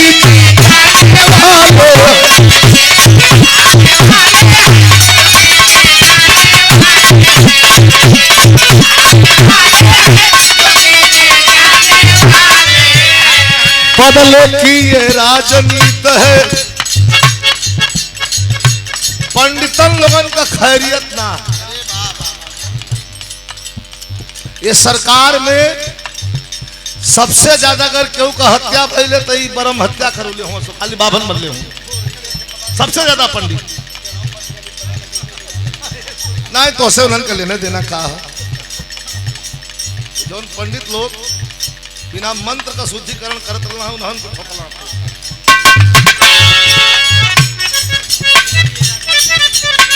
बदले की राजनीति है सत्ता इनके मुट्ठी में।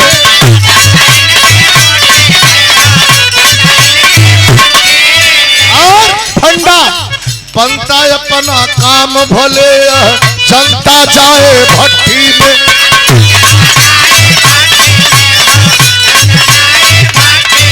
अब एक संकल्प हो भैया, संकल्प है।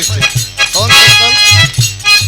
साइकिल के ऊपर ही हम सब, साइकिल के ऊपर ही हम बटन दबाने वाले अखिलेश जी आने वाले छोटी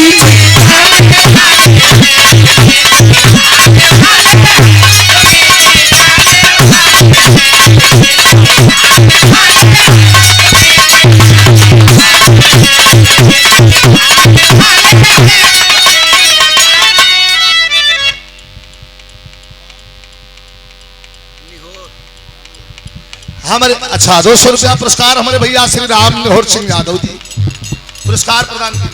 बहुत बहुत बड़ा मुर्जा। अखिलेश जी आने वाले जो दीदी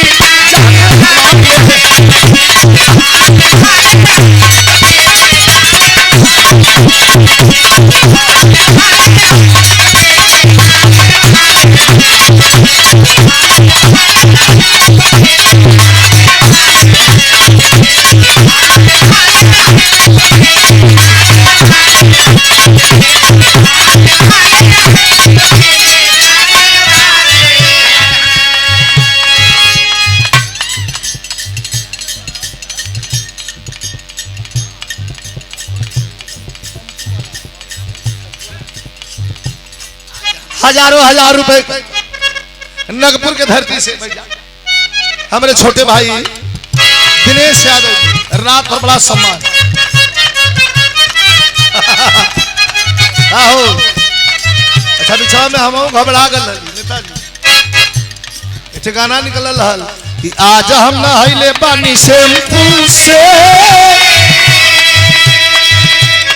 आवत बन सैया हमार टेम्पू से। हम त्रिभुवन बड़ा फेर में कि साला फॉर्च्यूनर बेच के 10 टेम्पू ले लें का एक कौनो कदर ना और बन सैया हमार टेम्पू से। ये पर गौले रहली वायरल भल हल्का आवले आवाज बहर दिल से आवले आवाज बहर दिल से 22 में अखिलेश आई है साइकिल से।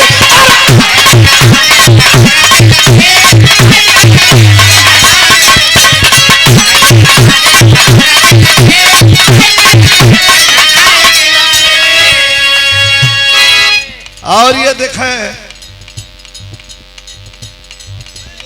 अखिलेश जी आने वाले हैं, गोजी नहीं गोजी जी लिखल, अखिलेश जी आने वाले हैं, आज योगी जी चीलम पर गिट्टी चलाने वाले हैं।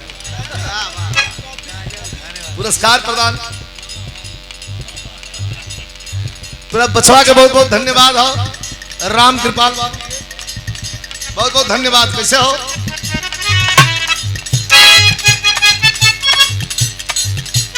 उत्तर प्रदेश बनी उत्तर प्रदेश पकड़ू तो भैया फिर से भैया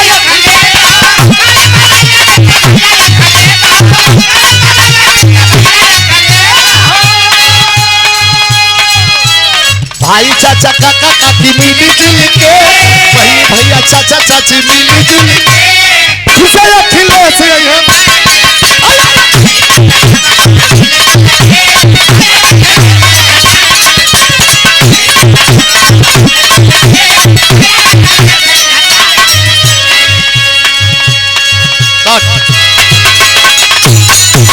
बहुत बहुत धन्यवाद। तैयार रहने की जरूरत है और परिवर्तन सृष्टि का नियम है। काम बहुत बढ़िया करने वाला सीएम उत्तर प्रदेश की राजगद्दी से बदल दिया जाता है, यह इतिहास भी रहा है, लेकिन लोगों के मन में भाव आगल है। कैसे मास्टर धला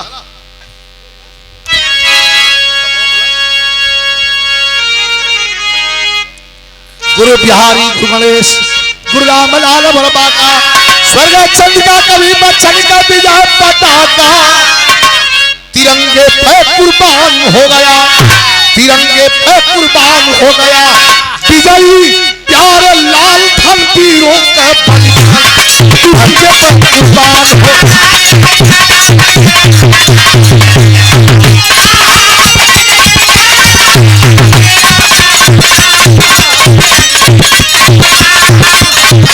बहुत बहुत